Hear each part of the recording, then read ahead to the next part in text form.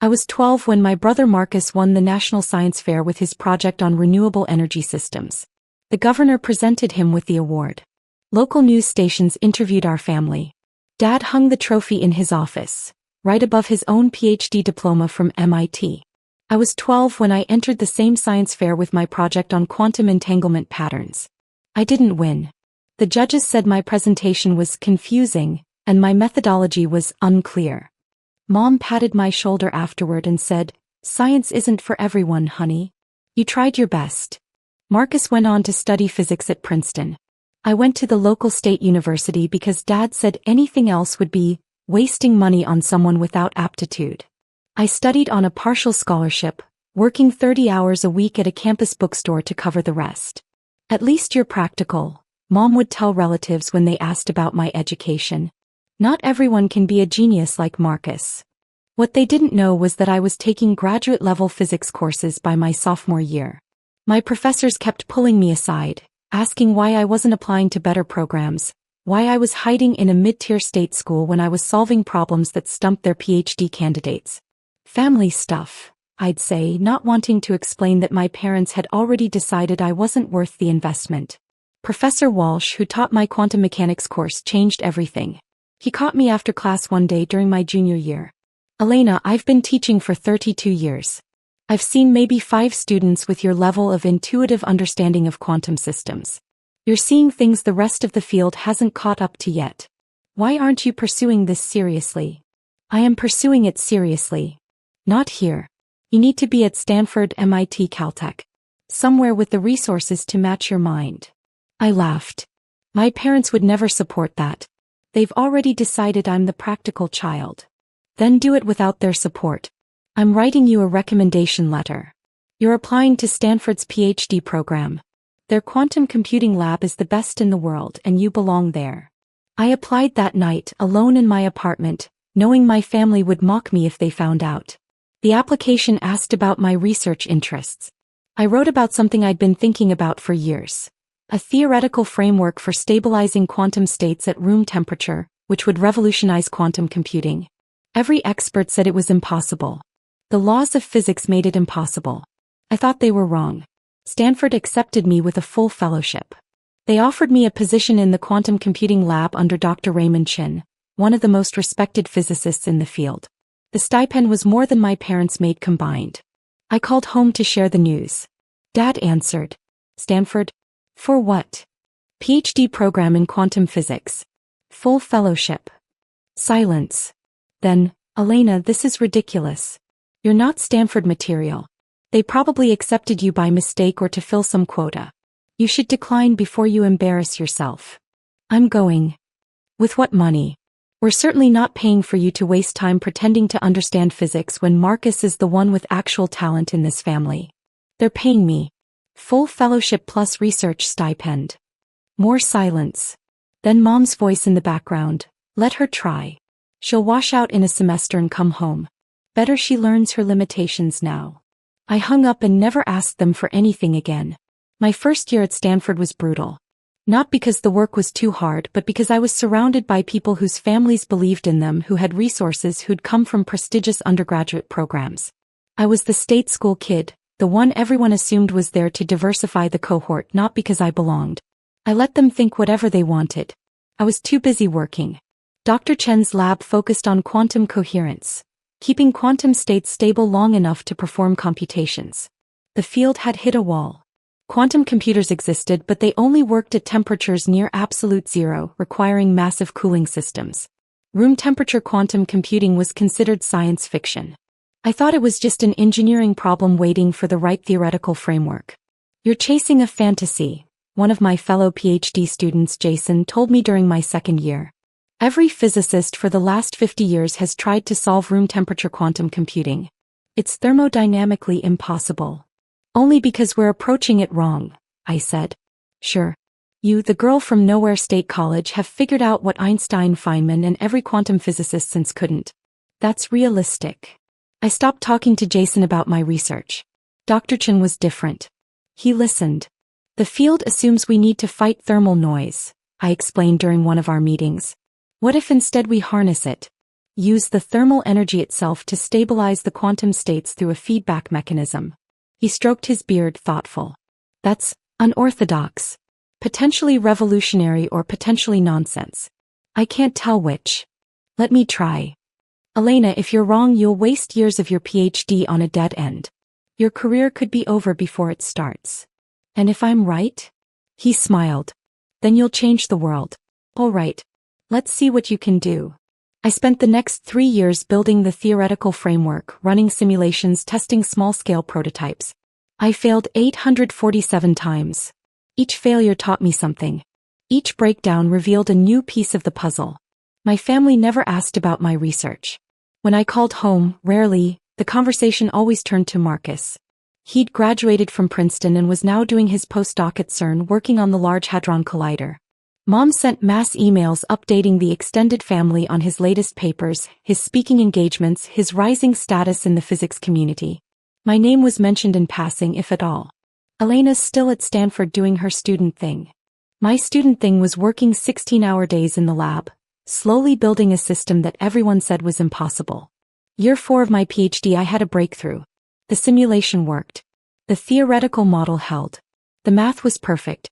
I'd found a way to use controlled thermal fluctuations to stabilize quantum entanglement at room temperature, creating a feedback loop that maintained coherence indefinitely. Dr. Chin stared at my results for an hour straight, checking and rechecking the math.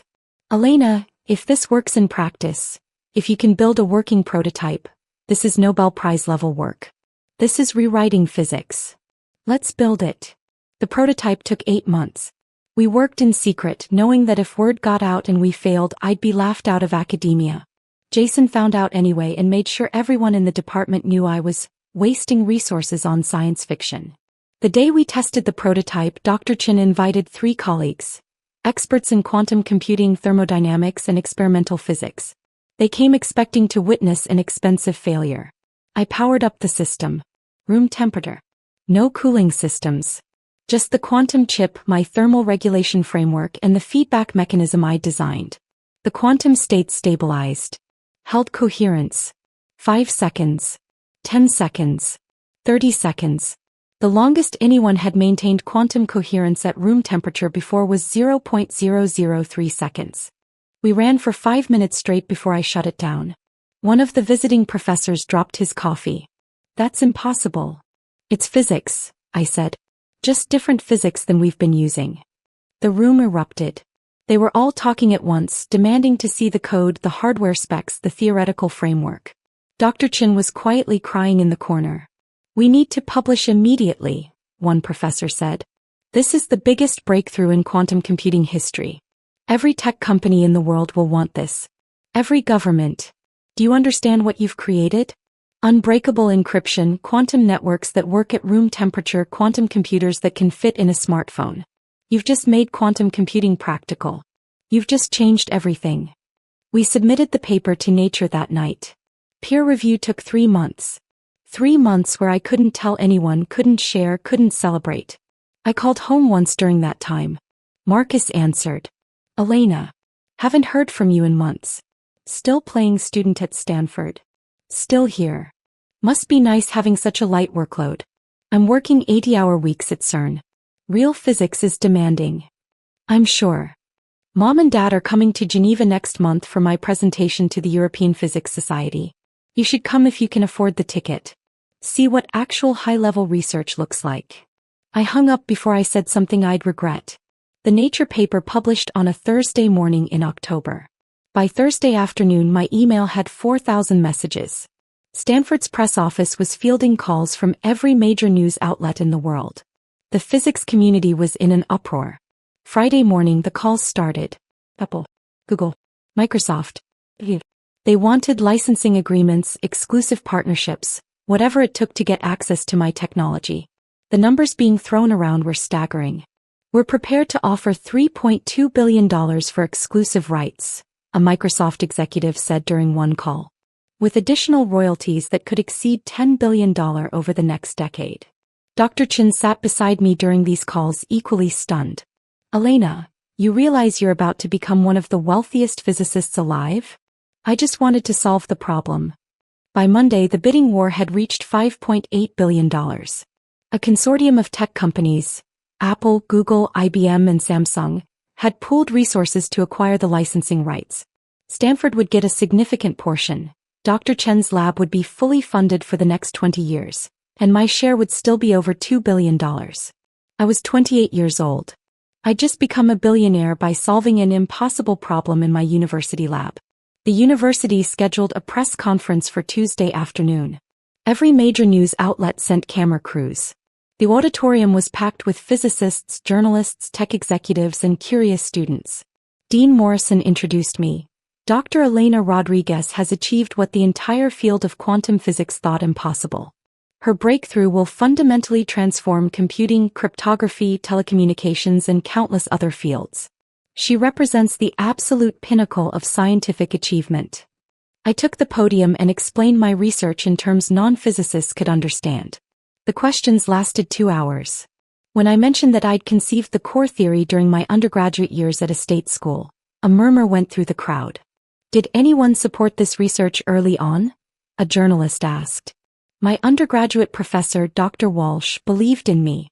And Dr. Chen gave me the lab space and freedom to pursue what everyone else said was impossible. That's all I needed. What about your family? They must be incredibly proud.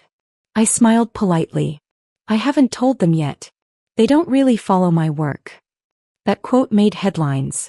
Billionaire physicist's family didn't know about her world-changing discovery. My phone started ringing that evening. My parents' number. I let it go to voicemail. 15 more calls. I turned my phone off. The emails came next. Elena, we saw the news. Call us immediately. We're so proud of you.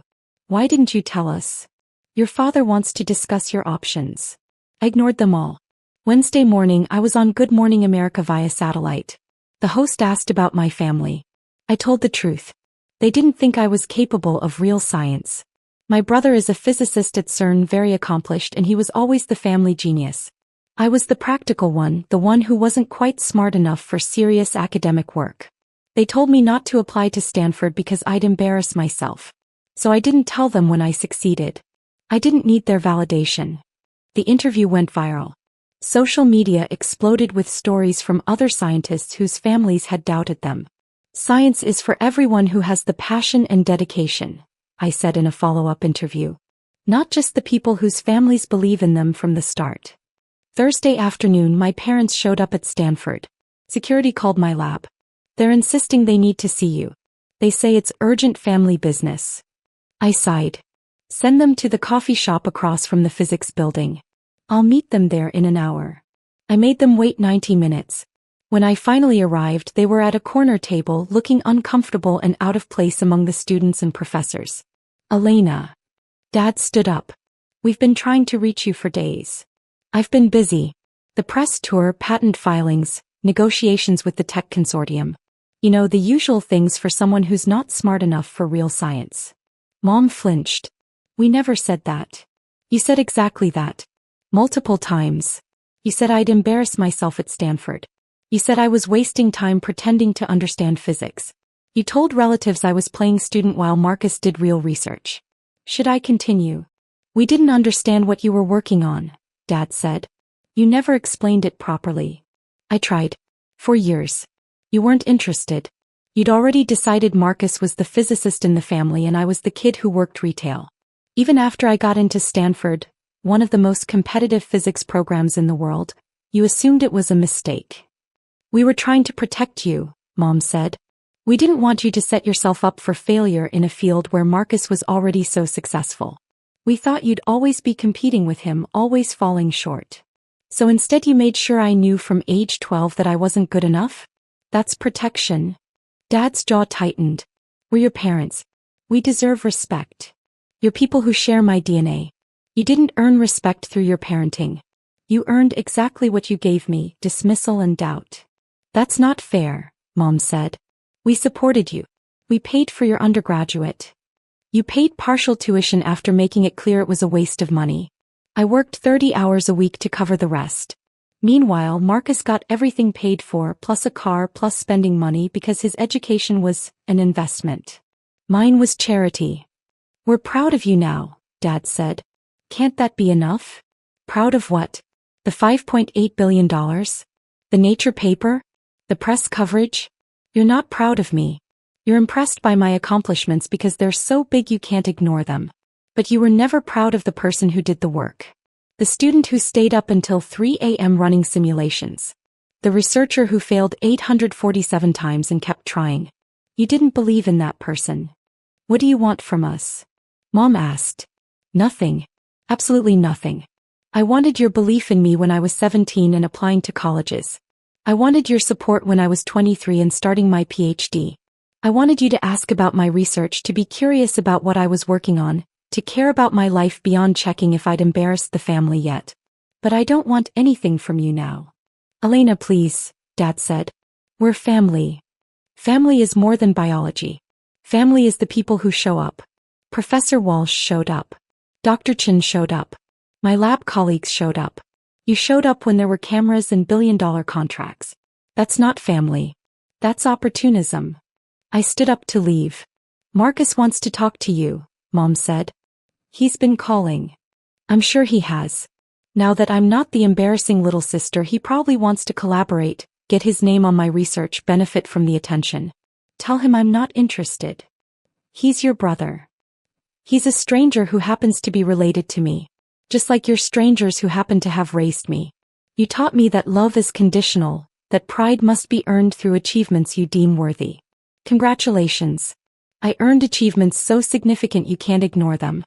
But I don't need your love or pride anymore. I outgrew that need while you were busy celebrating Marcus and forgetting I existed. I walked out of the coffee shop and back to my lab. My phone was ringing again. I blocked their numbers. The tech consortium finalized the licensing agreement the following week. The press coverage was relentless. Time magazine cover story. Forbes profile. TED Talk invitation. The Nobel Committee's office had informally reached out, according to Stanford's president, though the official announcement wouldn't come for months. My research team expanded to 20 scientists. Stanford built us a new quantum computing facility, state-of-the-art, funded by my patent revenues. We were already working on the next generation of applications. Quantum networks, unbreakable encryption protocols, medical imaging systems that could see individual molecules. You've created an entirely new field, Dr. Chin told me during a lab meeting. Practical quantum computing. Every physics student in the world will study your framework. You're going to be in textbooks, Elena. Your name will be mentioned alongside Einstein and Feynman. It felt surreal. I was the girl from the mid-tier state school, the one who wasn't supposed to understand real science, building a research empire that was changing the world. Marcus showed up at my lab 3 weeks after the coffee shop incident. Security called again. Tell him I'm in a meeting.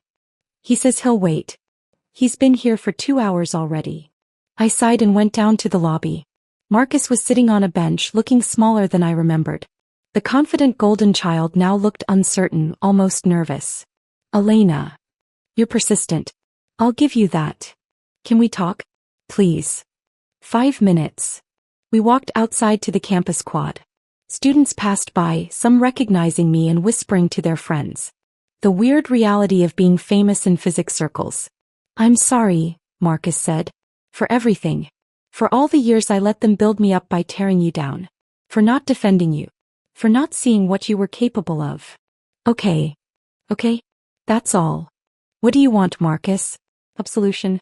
A relationship where we pretend you weren't complicit in making me feel inadequate for 15 years? I don't have time for that. I was young. I didn't understand what they were doing, how it affected you. You were 3 years older than me. Old enough to know better. Old enough to see that they treated us differently. You benefited from that difference, so you stayed quiet. That's not ignorance. That's choice. He was quiet for a moment. I read your Nature paper. 3 times. It's brilliant. Beyond brilliant. It's the kind of work I've dreamed of doing my whole career. And you did it alone, without support, because you were that determined to prove yourself. I wasn't trying to prove anything. I was trying to solve a problem. I'm at CERN working on incremental improvements to existing particle physics models. Important work, but ultimately small. You've revolutionized an entire field. You've done what I've always wanted to do, change physics forever. And I can't help thinking that if Mom and Dad had believed in you the way they believed in me, if I had supported you instead of accepting my role as the golden child, you could have done this years earlier. How many other breakthroughs did we cost you by making you fight for every scrap of validation? That's not my problem to solve for you, Marcus. Your guilt is yours to carry. I know. I just wanted you to know that I see it now. I see what they did, what I allowed. And I'm sorry. Thank you for the apology. But it doesn't change anything. You're still the brother who told me I was playing student while you did real physics. You're still the person who never once asked about my research, never defended me, never questioned why our parents treated us so differently. Your regret now doesn't give me back those years. Can I at least follow your work? Read your papers. They're public. You don't need my permission. I walked back to my lab, leaving him standing in the quad. The Nobel Prize announcement came in October. Nobel Prize in Physics for groundbreaking contributions to quantum mechanics and the development of room-temperature quantum computing systems. I was the youngest woman to ever win it. The ceremony in Stockholm was surreal. Royalty, world leaders, the greatest minds in science, all gathered to celebrate achievements that pushed human knowledge forward. I wore a custom gown, gave my acceptance speech in front of a global television audience, attended the formal banquet. My parents sent flowers to my hotel. The card read, "We always knew you were special." I left the flowers in the room when I checked out. After Stockholm, I was invited to speak at physics departments around the world. MIT, Cambridge, Oxford, Tokyo. Students asked how I'd made my breakthrough, what advice I had for young physicists. Don't wait for permission to do great work, I told them. Don't wait for someone to tell you you're smart enough, talented enough, worthy enough. If you have a question that won't let you sleep, if you see a problem that others say is impossible, chase it. Even if everyone doubts you. Especially if everyone doubts you. The greatest discoveries come from people who refuse to accept that something can't be done. A young woman approached me after one lecture, tears in her eyes. My family says physics isn't for girls. That I should choose something more practical. But I love it. I can't imagine doing anything else. Then do physics. Not to prove them wrong. Not to earn their approval. Do it because you love it, because you can't imagine doing anything else. That's reason enough. He hugged me. Thank you. You're the reason I believe I can do this. Dozens of students told me similar stories. Families who doubted them, advisors who dismissed them, colleagues who underestimated them. They saw themselves in my story. The overlooked, the underestimated, the ones who succeeded despite everyone's doubts. I became something I never expected. A symbol. Not just of scientific achievement, but of succeeding without validation, of believing in yourself when no one else does. The quantum computing facility at Stanford became the most prestigious research lab in the world. We had applications from thousands of PhD candidates every year. I chose students who reminded me of who I'd been. The ones from unknown schools, the ones whose families didn't understand their work, the ones with brilliant ideas and no support system. You belong here, I told each new student on their first day. Not because of where you came from or who believed in you before. But because you have questions worth answering and the determination to answer them. That's all you need. My parents tried to reconnect over the years. Emails. Phone calls. Letters. They wanted to be part of my life now that my life was impressive enough to brag about. I responded politely but distantly. Thank you for reaching out. I'm very busy with research. I hope you're well. Christmas cards came every year. We miss you. We love you. We're so proud. I sent generic cards back. Happy holidays. Best wishes for the new year. They wanted me to forgive them, to let them back in, to give them credit for my success. We raised you to be strong, one of Dad's letters said. Our tough love made you who you are. I never responded to that one. They didn't make me who I am. They showed me who I'd have to become despite them. 5 years after the Nobel Prize, I was invited to give the commencement speech at Stanford. I stood before thousands of graduates and their families, including hundreds of physics PhDs starting their careers. You're about to enter a world that will doubt you, I told them. That will question your abilities, your worth, your right to be in the room where decisions are made. Some of that doubt will come from strangers. Some will come from colleagues. And some, perhaps the most painful, will come from the people who are supposed to love you unconditionally. Here's what I learned. You don't need their belief to succeed. You don't need their validation to do extraordinary work. You need curiosity, determination, and the courage to pursue questions others say are impossible. So, the people who doubt you now will celebrate you later when your success becomes too big to ignore. They'll want to claim they always knew you'd make it, that they always believed in you. Let them say whatever they need to say. But remember who showed up when success wasn't guaranteed. Remember who believed in you when you were nobody. Those are the people who matter. Those are your real family. The graduates stood and applauded. I saw parents crying in the audience, some with pride, some perhaps with regret, recognizing themselves in my words. After the ceremony, a man approached me, distinguished, in his 60s, with kind eyes. Dr. Rodriguez? I'm Professor Emeritus Walsh's husband. She passed away last year, but she wanted me to give you something if I ever had the chance. He handed me a letter yellowed with age. I recognized Professor Walsh's handwriting immediately. Dear Elena, it began. If you're reading this, I'm gone, and hopefully you've achieved everything I knew you would. I want you to know that teaching you was the greatest privilege of my career. You had a rare gift. Not just intelligence, but the courage to pursue your ideas even when everyone said they were impossible. That courage is rarer than genius. I hope you never lost it. I hope the world didn't dim that brilliant spark I saw in my classroom all those years ago. And if your family never came around, if they never saw what I saw, that's their loss, not yours. You were always enough, Elena. You were always extraordinary. Don't let anyone convince you otherwise. With great admiration and love, Professor Walsh. I stood in the middle of the Stanford quad, crying for the first time in years. For the teacher who saw me when my family didn't. For the path I'd walked alone. For the girl I'd been who'd needed someone to believe in her. Professor Walsh's husband patted my shoulder gently. She talked about you until the very end. Said you were her proudest achievement, even more than her own research. She knew you'd change the world. She never doubted it for a second. That evening, I sat in my office looking at the letter, thinking about the people who'd shaped my journey. Professor Walsh, who'd seen potential no one else saw. Dr. Chen, who'd given me space to chase an impossible dream. My research team, who worked beside me through failures and breakthroughs. The students who told me I'd inspired them to keep going when others doubted. My phone buzzed. An email from my mother. Elena, it's been 5 years since we've seen you. Please, we miss you. We know we made mistakes, but we're still your parents. Can't we move past this?